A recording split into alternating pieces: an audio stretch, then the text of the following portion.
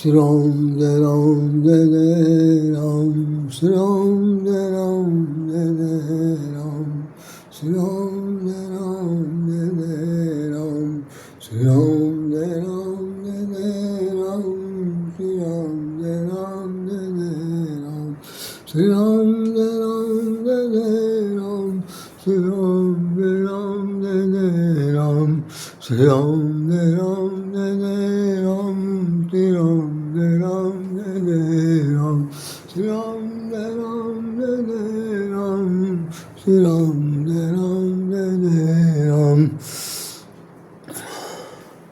Shri Ram Jai Hari Om Tashat Hari Om Tashat Hari Om Tashat Hari Om Tashat Japa kar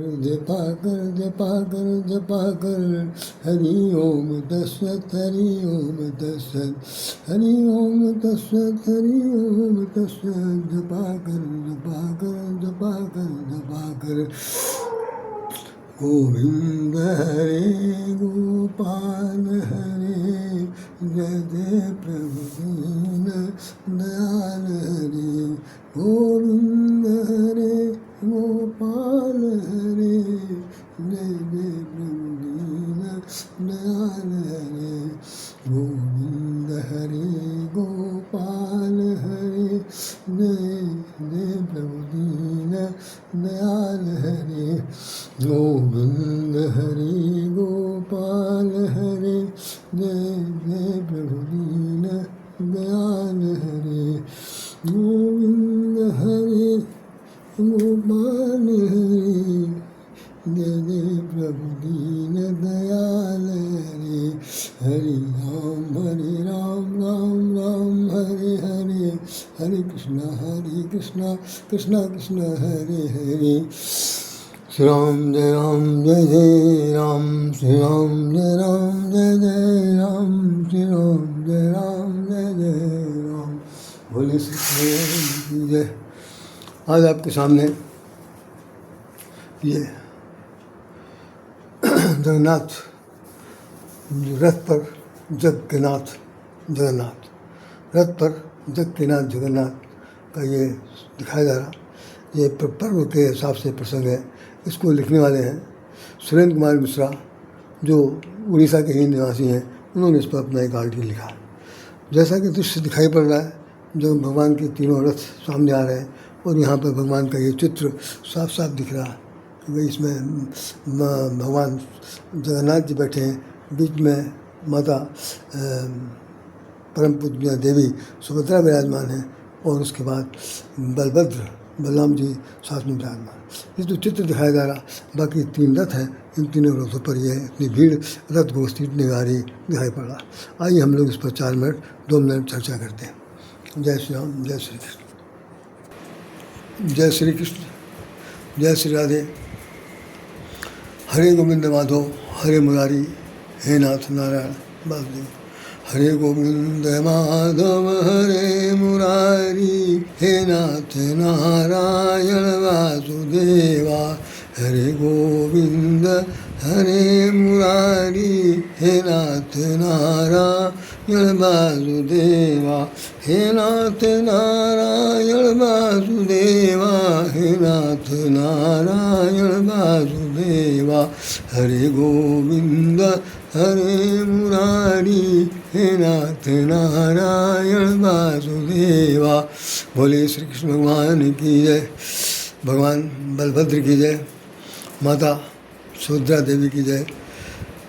आज पूरे विश्व में, भारत के कोने कोने में, देश देशांतर में, जहाँ कहीं पर भी ये जगन्नाथपुरी के सेवक हैं, जिन्होंने जहाँ जैसे इस्कॉन टेम्पल है, पूरे विश्व में अपना उसका अलग अलग टेम्पल्स बने हुए हैं।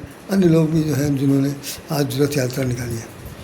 आज भगवान श्री कृष्ण जो हैं पूरे साल भर में एक बार अपने मौसी के घर जाते हैं। उनके साथ ही तीनों लोग होते हैं, तीनों रथ पर सवार हैं और एक के बाद एक रथ निकलते हैं। कम से कम जो वहाँ के निवासी हैं उड़ीसा के, पुरी के, तो वहाँ की कम से कम जनता लाखों हज़ारों में तो नहीं कह सकते, कम है, लाखों में लोग होते हैं। और सबकी एक लालसा होती है कि हम लोग इनके रथ को रथ के पहिए को आगे बढ़ाने के लिए जो रस्से बंधे हुए हैं उनको घसीट करके हम वहाँ तक ले जाएँ जहाँ तक ये जाते हैं। तो उसी घर जाना है, एक पखवाड़ा वहाँ रहना है और भगवान श्री कृष्ण जा रहे हैं। मुझे बड़ा सौभाग्य प्राप्त हुआ था उस समय, सन 1996 में मुझे हमारे जो सुप्रीम बॉस थे, जॉइंट एमडी, अब वो नहीं है दुनिया में, उनसे मेरी बड़ी अच्छी मैत्री भाव था। हालांकि वो बहुत बड़े पद पर थे, लेकिन रायश्याम को बहुत मानते थे। उन्होंने कहा आज मैं रिटायर हो रहा हूँ, रायश्याम तुमको कुछ मुझसे काम करवाना हो तो बताओ। तो मैंने कहा कि सर कुछ नहीं, मुझे आप उड़ीसा के जो है वो डीएम हैं, हमें भगवान जगन्नाथ जी के दर्शन करवा दीजिए। उन्होंने कहा बस इतनी सी बात? हमने कहा हाँ बस इतनी सी बात। उन्होंने 31 जुलाई 1996 की डेट में अपना चार्ज देने से पहले, मतलब रिटायरमेंट उसी दिन होगा, चार्ज देने से पहले उन्होंने मेरा टेबल जो है वो अप्रूव कर दिया, एडवांस दिलवा दिया, कहा भी ये इस काम से जा रहे हैं और इनको दे दिया।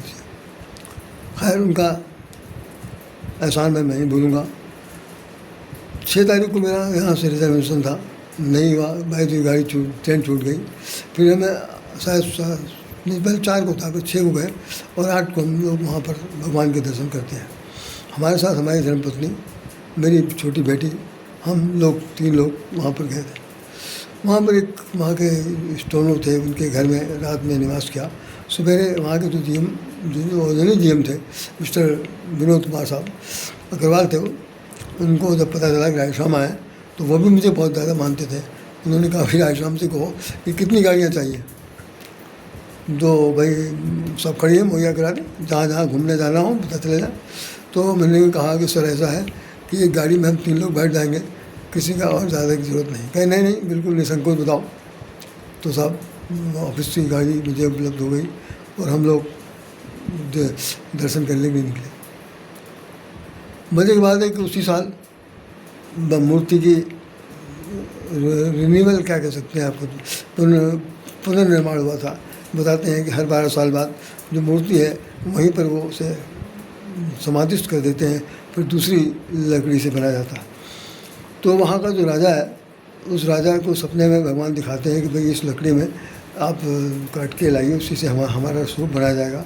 और उस लकड़ी की सबसे वैसे खास तो बात होगी कि उसके अंदर शालिग्राम निकलेंगे उस लकड़ी में।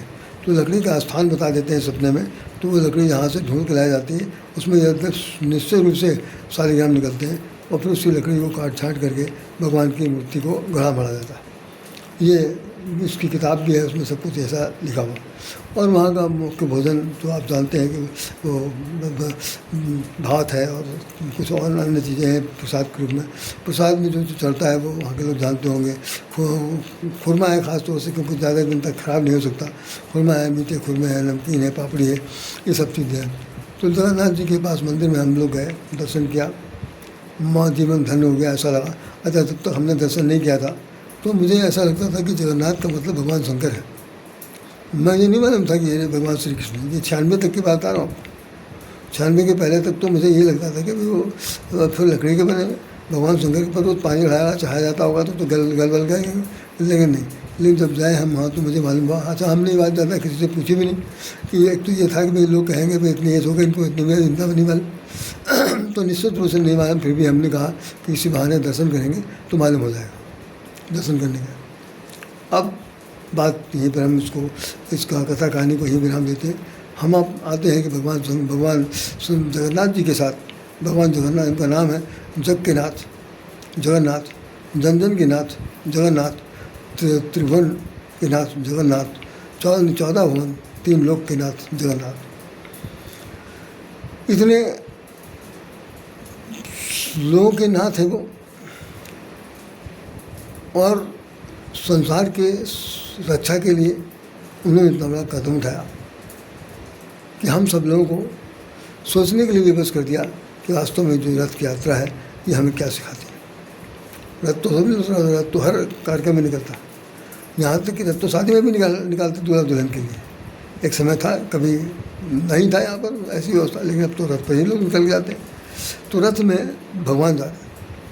भगवान के साथ उनके बड़े भाई साहब हैं दाहिनी तरफ, और ठीक उन्हीं के दाहिनी तरफ जो देवी सुभद्रा जी हैं, बहन जी दोनों हैं।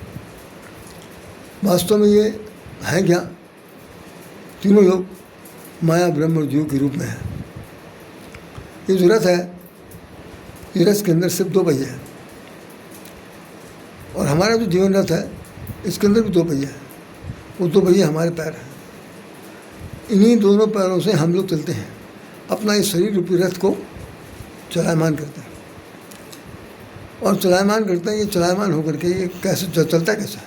तो इसके अंदर जो संचेतना है, संचेतना के साथ जो इंद्रियां हैं, 5 ज्ञान इंद्रियां, 5 कर्म इंद्रियां, ये इसको घसीटने, इस शरीर को चलाने में अपना योगदान देते हैं। अदृश्य रूप में भगवान हमारे इस शरीर के अंदर बैठी हुई जीवात्मा, जीव, और ये मायावी संसार का स्वरूप जो है वो तीनों के तीनों इसी में विद्वान है और इस रथ को गति चल रहा है। कथा कहानी यही बता रही है कि वास्तव में माया, ब्रह्म, जीव, ये 3 चीज़ें संसार के अंदर हैं। कि ब्रह्म जो है माया से बिल्कुल अलग है, जीव माया के बहुत सन्निकट है, और यही कारण है कि जीव जो है भगवान से मुलाकात सही ढंग से नहीं कर पाता। इसका एक सुंदर सी झांकियाँ उसमें देखेंगे श्री रामचरितमानस में। आपको मैं उस झांकी में ले चल रहा हूँ। भगवान राम, लक्ष्मण, जानकी, ये तीनों लोग जा रहे हैं, वनवास में, वनवासी बनकर जा रहे हैं। बलकल पहने में आगे राम है, पीछे सीता है, और उनके ठीक पीछे लक्ष्मण जी हैं। अब तो झांकी जो खींची गई उसका उदाहरण देखिए।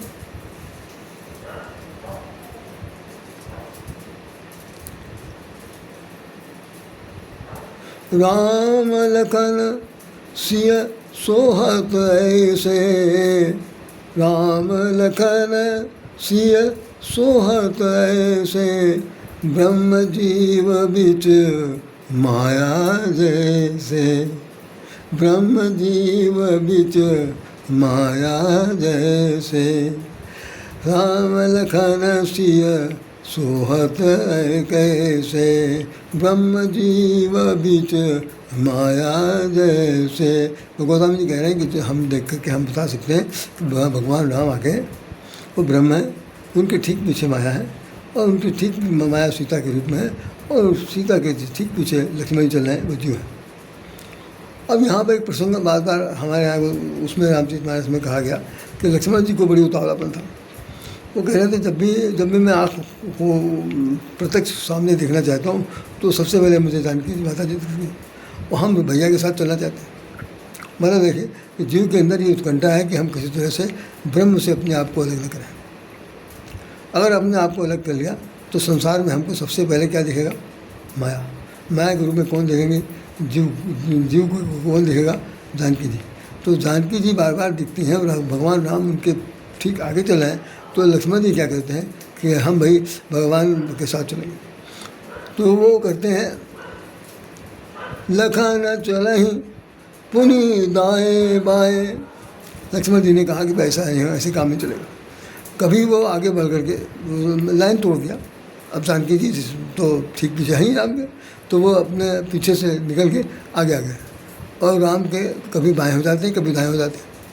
भगवान भी खूब अंदर मुस्कुरा रहे हैं कि इनको ये जो है कुछ इनको समझ में ज़्यादा आ रहा कि यह सीरियल क्रम क्यों तोड़ रहे हैं। लेकिन नहीं, भगवान भैया कह रहे हैं भैया ऐसा है कि हम आपके साथ ही चलेंगे। तो उन्होंने कहा कि मैं अलग हूँ क्या? अरे हम 3 लोग साथ ही साथ तो चल रहे हैं कहने। तो गोस्वामी जी ने कहा कि सबसे बड़ा उदाहरण ये दिया गया कि वास्तव में कि ब्रह्म का पीछा माया करती है, और माया का पीछा जीव करता है, और जीव जीवन भर करता है। यही कारण है कि मरते दम तक जीव का साक्षात्कार ईश्वर से नहीं हो पाता। क्यों? कि माया को वो अब माया से हटकर भगवान की तरफ दृष्टिपात कर ही नहीं पाता, क्योंकि माया उसके सामने आकर हमेशा के लिए खड़ी हो जाती है। अब माया का जो स्वरूप है, माया का जो विज्ञान है, वो बहुत ही विशालकाय है। उसको हम कहाँ यहाँ पर वर्णन कर सकते हैं, क्योंकि कथा तो दूसरे ढंग की चल रही है, जगन्नाथपुरी की बात हो रही। तो उसमें रामचरितमानस में लिखा हुआ है कि भगवान राम से जब लक्ष्मण जी ने पूछा तो इसमें अरण कांड में कि भाई माया ब्रह्म क्या है, इसको आप संक्षेप में मुझे बताइए। तो राम ने इतना संक्षेप कर दिया कि भाई पूछने वाला भी एक बार तो समझदार होगा, समझ जाएगा, अन्यथा तो उसको बहुत समय लगेगा। तो उन्होंने कहा कि जहाँ गो गोचर जहाँ लगे मन जाई, गो गोचर जहाँ लगे मन जाई, सो सब जाने वो माया भाई। गोचर जहाँ लगे मन जाई, सो जाने वो सो सब जाने वो माया भाई। मैं अरु तोर तय माया, तही बस कीने से जीवन गाया। देखिए 2 चौपाइयों के अंदर पूरा कहानी लिख दिया कि गो गोचर, गो मने क्या, गो मने इंद्रिय, गो मने देखना। तो इंद्रियों के द्वारा, ज्ञान इंद्रियों के द्वारा, कर्म इंद्रियों के द्वारा गो गोचर, गोचर में जो दिखाई पड़ता है, जो सदृश्य दिख रहा, अदृश्य नहीं, तो साक्षात दिख रहा है। गो गोचर जहाँ लगे, जहाँ तक आपका मन जा रहा, जहाँ तक आपका मन जा रहा, कोई उसका पैमाना नहीं है, कोई उसका लिमिट नहीं है, कोई उसकी स्केल नहीं बना कि तो कह रहे हैं कि आपका मन भागता दौड़ता जहाँ तक जाता, जहाँ तक आपकी दृष्टि जाती है इस संसार में, वो सब कुछ माया जाने भाई। तो उससे तो आदमी विरक्त है नहीं, कुछ तो अपनी जान, कुछ तो अपनी इच्छा के अनुसार, कुछ किसी कहने के अनुसार, किसी सम्मोहन के अनुसार, किसी पूर्व आग्रह के अनुसार, किसी पूर्व चेष्टा के अनुसार, किसी प्रकार की अपेक्षा के अनुसार, मतलब हर तरह से व्यक्ति से जो है अपने आप को माया की ओर घसीटता हुआ, माया की ओर आकर्षित होता हुआ जाता दिखाई पड़ता है। तो उन्होंने कहा कि गो गोचर, जो चीज़ जहाँ तक आपको इन आँखों से दिखाई पड़ रही है, सो सब जानो माया भाई। है भैया, उसको आप माया समझिएगा। और ये कबीरदास जी बताते हैं कि माया ठगी महा में जानी। अरे बड़ी ठगनी है, बहुत ठग लिया। और उन्होंने लिखा कि रमैया तो हाथ दुल्हन लूटा बाजार, सुरपुर लूटा, ब्रह्मपुर लूटा, 3 लोक में हाहाकार।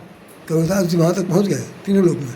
उन्होंने कहा कि इसने ऐसा नाटक किया है इस माया ने कि देवताओं का लोग भी, देवता लोग भी पगले घूम रहे हैं। वो उन लोग भी मतलब नारी वर्ग के प्रति आकर्षण है देवताओं में, और तरह तरह का आकर्षण है, संसार में आना चाहते हैं, यहाँ आने के लिए तरस रहे हैं। तो उन्होंने कहा कि सुरपुर लूटा, ब्रह्मपुर लूटा। ब्रह्मा की भी हालत ऐसे हो गई थी, ब्रह्मा भी एक बार दिमाग उनका गड़बड़ हो गया था। तो उन्होंने कहा सुरपुर लूटा, ब्रह्मपुर लूटा, और 3 लोक में हाहाकार, तीनों लोक में हाहाकार मचा हुआ। और रमैया तो हाथ दुल्हन लूटा बता, ये उन्होंने कबीरदास में लिखा। गोस्वामी जी साफ साफ लिखते हैं कि भाई माया नृत्य गोस्वामी जी लिखते हैं कि जो गो गोचर जहाँ लग जाई, सो सब जानो माया भाई। और उन्होंने कहा, उससे भी ज़्यादा सरल कर दिया, मैं और मोर, ये मेरा है, ये मैं हूँ, ये मेरा है, ये तुम हो, ये तुम्हारा है। मोर तोड़ के लड़ाई चल रही, पूरी दुनिया, ये ज़मीन मेरी है, ये हमारा घर है, ये हमारा ये है, ये हमारा ये है, तुम्हारा क्या है, तुम्हारा कहाँ है, तुम्हारा क्या है। तो तुम्हारा हमारा, हमारा और तुम्हारा, मैं और तोर मैं और मोर तोड़ते माया। तो ये मैं तू वाला जो नाम दिया गया, कहें यही संसार की माया की परिभाषा है। मैं और मोर तोड़ते माया, तही बस कीने से जीव निकाया। इसी ने अपने बस में सारे जीव को कर रखा। अब आदमी सब स्वीकार नहीं पा सकता। जरा सी बात के लिए, जरा सी चीज़ के लिए, ज़मीन के लिए, जायदाद के लिए, जो संसार का नश्वर है छूट जाएगा, जो कहीं साथ नहीं जाएगा, ना आप उसके साथ जाएंगे ना वो आपके साथ जाएगा, सब कुछ कहीं इसमें नष्ट हो जाएगा। आज गोलाबारी हो रही है, एक देश दूसरे देश को नष्ट कर दे रहा, तमाम सारी आपदाएँ व्यवधाएँ उसकी वजह से खड़ी हो रही, नीचा दिखाना सब कुछ है। तो ये सब क्या है, ये कह रहे हैं माया है, ये माया है, ये सब पर आ रही है। तो आज एक जगह पर एक लड़की ने लिखा, एक महिला ने लिखा था, ये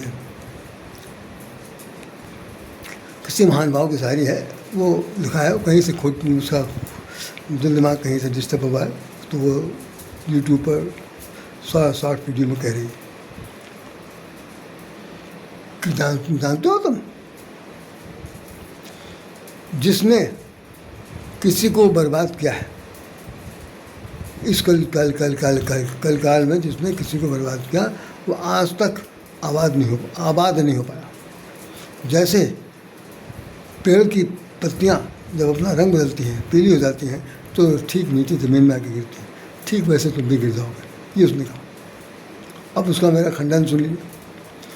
उस नासमझ को ये नहीं मालूम कि जितने भी लोग आबाद हुए हैं, जितने भी लोग आज की तारीख में आबाद हुए हैं, वो कलयुग की क्या बात करें, चारों युगों में जितने लोग भी आबाद हुए हैं वो सब एक दूसरे के ऊपर हमला करके और सबको एक दूसरे राजा को हरा करके उनका राजपाट छीन करके उस पर अपना पताका फहरा दिया और राजाधिपति बन गया। आबाद हो गए तो बर्बाद कहाँ हुआ?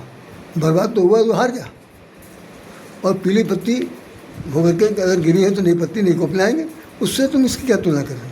तो उसकी बड़ी नासमझी थी, जिस किसी ने भी शायरी वायरी लिखी होगी उसी को रिपीट कर रही थी, लेकिन मुझे लगा बड़ा भोला प्रदर्शन है, समझ में नहीं आ रहा।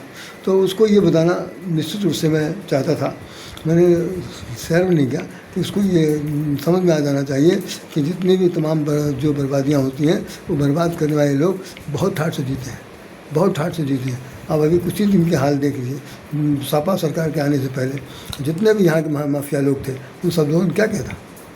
बड़े बड़े गरीबों से गरीब लोग थे, उनकी झोपड़पट्टियों में आग लगा दिया, उनका ज़मीन जायदाद छीन लिया, वहाँ बड़ी बड़ी इमारतें बना ली, वहाँ पर स्कूल दुकान खोला, सब कुछ खुलवा लिया और उनको भगा दिया। भाग करके वो कभी नाले किनारे खड़े हैं, कभी किसी पुल के नीचे उन्होंने छप्पर डाल के रह रहे हैं। ये दशा तो क्या है? जब जिसके अंदर ताकत लड़ने की जूझने की नहीं है, जो बराबरी का नहीं कर सकता, आखिर में क्या है, वो भाग कर जाएगा। तो बर्बाद होने वाला आदमी बर्बाद हो गया और जीतने वाला आदमी जो है वो हड़प के समान चला गया। तो वो कह रही है कि भाई जो लोग किसी को बर्बाद करते हैं वो लोग कभी जीवन में आबाद नहीं रहते, जबकि उसने, मैं समझता हूँ, संसार देखा नहीं। संसार तो जो है ये अभी अगर आप रामायण का हनुमान प्रताप का उदाहरण सुने या लंकापति राजा रावण का नाम सुने, इन दोनों का नाम प्रताप भानु रावण बना है। तो वो शुरू में बहुत धार्मिक था, लेकिन उसने भी खूब जीत दाज किया, खूब दंगा फसाद किया, राजाओं को मार पीट करके अपने बस में कर लिया। रावण का भी हालत है, अंश का भी हालत है। आप उनका देखिए कि जो ये कौरव का युद्ध हुआ, कौरव पांडव, वहाँ पर भी एक सुई की नोक के बराबर नहीं देंगे, मारपीट कर लो, खून रक्तपात हो जाए, कोई बात नहीं। तो वो उसका कहना बड़ा गलत था। मैं भी इस बात को यहाँ पर कह देना चाहता हूँ कि संसार का जो निर्माण है वो इस तरह से होता है, जब एक शक्तिशाली व्यक्ति दूसरे अर्ध शक्तिशाली व्यक्ति को, या शक्तिशाली जो नहीं है उसकी शक्ति पर अपना अतिक्रमण करता है और अपना कब्जा कर लेता है। राज वही कर सकता है। यहाँ तक कि हमने ये अपवाद शुरू सुना है कि जो धरती है उसी को मान्यता देती है जो उसकी रक्षा के लिए वीरवान, ऐश्वर्यवान, कीर्तवान बनना चाहता है और वो उसकी रक्षा के लिए प्राण तक उत्सर्ग करने के तैयार होता है। उसके लिए वो मेदनी कहलाती है, लड़ती है। तो बाकी बुज़दिल, ये कमज़ोर राजाओं के लिए या संरक्षक के लिए या देश संभालने वालों के लिए के पक्ष में वो नहीं रहती। उसको तो एक शक्तिशाली राजा चाहिए और वो होता। खैर, ये सब बात ख़त्म करते हैं। हम यहाँ पर आपके सामने कहना चाहते हैं, भगवान श्री कृष्ण ने ये बताया हम लोगों को कि इस देश में आज नहीं तो कल नहीं, परसों नहीं, कलयुग में ख़ास तौर से होगा क्या? ख़ास तौर से कलयुग में ये होगा जो नारियाँ हैं उनका अपहरण हो। अपहरण तो युगों में से हो रहा है। अब आप पूछिए, अपहरण तो आज से सुने हो रहा है श्याम जी, अब क्या बात करें? अपहरण तो युगों से हो रहा है। कौन सा ऐसा युग है जिसमें अपहरण नहीं हुआ, नारियों का हनन नहीं हुआ, नारियों के सतीत्व का दोहन नहीं हुआ, या नारियाँ स्वेच्छा से कन्वर्ट नहीं हुई? सब कुछ तो हुआ हर युग में। और सबसे अपहरण कांड तो सबसे ज़्यादा देखा गया तो रावण के समय तो एक ही उदाहरण से देखने को मिलता है, कोई उसी ने गड़बड़ किया। लेकिन अब भगवान श्री कृष्ण समय के समय क्या हुआ? तो रुक्मिणी का अपहरण किसने किया? मार काट किसने की? भगवान ने किया, जिसकी हम आज गाथा गा रहे। तो उदाहरण तो देने वाले आप ही लोग बैठे हैं, लेकिन उस उदाहरण के बाद उन्होंने इस यात्रा के साथ एक बात शिक्षा हम लोगों को दे दिया। ध्यान रखिए, आप जो भाई है कलयुग में, भाई का सबसे बड़ा दायित्व, भाई जो है पिता के समान होता है। अपनी छोटी बहन की रक्षा के लिए, नारी की रक्षा के लिए, भ्रातृ प्रेम के लिए, अभिभावक के रूप में, संरक्षक के रूप में, भ्राता के रूप में, क्या ये कहना चाहिए कि सिर पर हाथ रखने वाला, आशीर्वचन देने वाला जो भाई है वो उसको हमेशा चौकस रहना पड़ेगा। इसलिए उन्होंने कहा कि ये अपनी बहन को हम उसकी रक्षा के लिए हम दोनों भाई जो हैं उसके दाएं बाएं रहेंगे। तो ये दाएं बाएं रहने का जो तरीका है ये बताया गया है कि ख़ास तौर से कलयुग में सारी नारियां जो हैं उनका जो सतीत्व है, उनका जो मान है, उनकी जो प्रतिष्ठा है, जो नारी शक्ति का जो सबसे उत्कृष्ट जो स्वरूप है उसका हनन हो सकता है, उसका अपहरण हो सकता है, उसके साथ दुराचार अनाचार हो सकता है। तो भाइयों को अपनी बहन की रक्षा के लिए हमेशा कमर कसना पड़ेगा। इसलिए जगन्नाथ जी की जो ये यात्रा का जो 3 स्वरूप दिखाए गए वो इसीलिए है कि नारी जो है बेटी बहन जो है वो बीचों बीच में है, भाई दोनों भाई जो है अगल बगल खड़े हैं। हम लोगों को भी ये करना है। यहाँ तक कि रामचंद्र जी ने अपनी पत्नी की रक्षा के लिए जब हिरण को मारने जा रहे हैं तो उन्होंने कहा था लक्ष्मण से, कहा था कि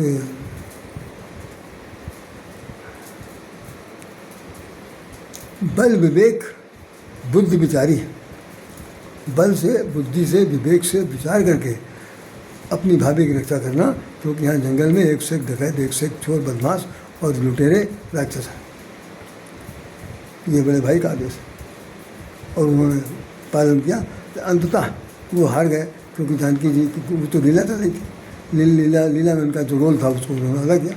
उसमें लक्ष्मण जी को बहुत दूर तक पता नहीं चला। लक्ष्मण हो या मरम में जाना लिखा, रामायण में लिख दिया। लक्ष्मण जी को ये मरम पता ही नहीं चला कि ये दोनों मियाँ बीवी पहले इसका क्या क्या ठाने बैठे हैं। और वो डांट फटकार हुई। उसके बाद उन्होंने कहा ये लक्ष्मण लिखा है, हम 2 भाई जा रहे हैं, जैसा आप दे दीजिए। खैर उन सबको फिर हम यहाँ विराम देते हुए इतना कहना चाहेंगे कि जो हमारा ये जीवन रूपी रथ है, ये जीवन रूपी रथ है, इस रथ पर सवार हैं 3 लोग। मानसिक माया रूपी जो स्वरूप है वो भी विद्यमान है। संसार की रचना, संसार की मोह माया वो भी मेरे साथ है। मेरे साथ जो जीव है वो बलराम के रूप में है, जो ब्रह्म है वो सात्विक रूप में है, लेकिन दिखाई तीनों नहीं देंगे। तो कौन दिखाई देगा? ये शरीर दिखाई देगा। ये शरीर एक यंत्र है, इस यंत्र को चलाने वाला ज्ञानेंद्रियाँ और कर्मेंद्रियाँ हैं, उनको चलाने वाला जो संरक्षक है वही हमें सबको चलाएगा और अंततः अपने आप में मिला लेगा। हमें आपको समझना है कि जगन्नाथ की यात्रा एक कॉमन सेंस समझिए, वो ये नहीं है जिसे हम लोग समझ रहे हैं। यहाँ तक कि धर्मरथ की जब चर्चा उसमें हुई है रामायण में, तो भगवान ने कहा कि अजय समर संसार या जीत सके सोई कोई वीर।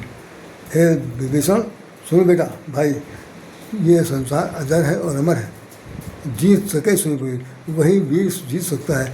जाके रथ अस होए दृढ़, जाके रथ अस होए दृढ़, जिसके पास इस तरह का रथ है, इस शरीर रूपी रथ, जाके दृढ़ अस होए रथ, सुनो सखा मत धीर। हे मेरे मित्र सखा, सुनो कि उसके पास क्या होना चाहिए। सबकी चीज़ क्या है कि 100 रथ धीरज 2 रथ चाका। उस रथ में, इस रथ में भी 2 पैर, उस रथ में भी 2 पैर। यहाँ भी मेरे कह रहे हैं, भगवान राम कह रहे हैं कि 100 रथ धीरज 2 रथ चाका, सत्यशील दृढ़ ध्वजा पताका, और उसके अंदर ध्वजा पताका के रूप में सब कुछ धारण करें। तो मैं आपसे ये बताना चाहूँगा कि जीवन रूपी रथ को चलायमान करने के लिए माया ब्रह्म जीव तीनों विराजमान हैं। हम लोग उसी रूप में हैं। हम लोग को कितना समझ में आ जाए, ये चीज़ समझ में आ जाए कि हम ब्रह्म से अलग नहीं हैं, ब्रह्म मुझसे अलग नहीं है, माया अपनी जगह पर है, हम माया के वशीभूत नहीं हैं। माया कितना भी मुझे लालच देकर, प्रलोभन देकर नाच नचाना चाहे, लेकिन तुम उससे विचलित ना होइएगा, अन्यथा आप संसार में ठीक से सही नहीं जी सकते हैं। और जो आपके जीव का प्रतिनिधित्व करने वाले जो गुलाम जी हैं, वो उनको विशेष रूप से कहा जा रहा है कि कम से कम आप जीव होने के नाते अपने सारे दायित्वों के को निर्वाह करते हुए ब्रह्म से अलग मत होइएगा। माया नटिन चाहे कितना आपको सर्वाकर्षण भाए, लेकिन उसके प्रति आकर्षित मत होइएगा। लेकिन फिर इतना ध्यान रखिएगा कि माया चाहे कोई भी हो, वो चाहे वह ब्रह्म जैसे होता माया गुण गोपाल, भगवान जो है वो माया से, वो माया के गुणों से, गुण माने गुणों से कहते हैं बंधन। तो जो माया के बंधन है, वो माया के बंधन से भगवान बिल्कुल माया गुण गोपार, इंद्रियों से, माया के बंधन से बिल्कुल अलग है। उस ब्रह्म के साथ लेने के लिए, साथ पाने के लिए आपको हमेशा सावधान रहना है। और रथ यात्रा जीवन भर जीवन भर, केवल एक दिन नहीं, जीवन भर निकालते हुए ये आभास करिए कि ब्रह्म बैठा हुआ है, ये जीव राधेश्याम बैठा हुआ है, तुमने बैठा हुआ चलाने वाला, उसको प्रेरणा देने वाला, जो जो आदर्श सत्ता वाला है, वो आपको चला रहा है। चला करके कहाँ ले जाएगा? अगम तो ले जाएगा जहाँ तक आपकी पहुँच नहीं है, और वो पहुँच केवल ईश्वर के पास है। तो वो ऐसे सत्कर्म को, ऐसे सत्य वचन को हमें आपको जीवन में स्वीकार करना है, और इस जीवन रूपी रथ को कितना कामयाब बना सकते हैं, ये आपकी बुद्धि विवेक बल पर निर्भर करता है। तो भाई इन्हीं शब्दों के साथ राधेश्याम राधे आपको हृदय समर्पण करता है। जय श्री राम, जय श्री कृष्ण, जय श्री राधे, जय जगन्नाथ जी महाराज की जय, जय बलभद्र महाराज की जय, जय माता सुभद्रा देवी की जय। जय श्री राम, जय श्री राम, जय श्री कृष्ण, जय श्री राधे। यदि मेरी बात आपको जरा बहुत भी समझ में आई हो तो इसका गुणगान कीजिएगा, लोगों में बांटिएगा, बताइएगा कि भाई सत्य क्या है, असत्य क्या है। यही जीवन का सत्य आपके सामने है। जय श्री राम, जय श्री कृष्ण।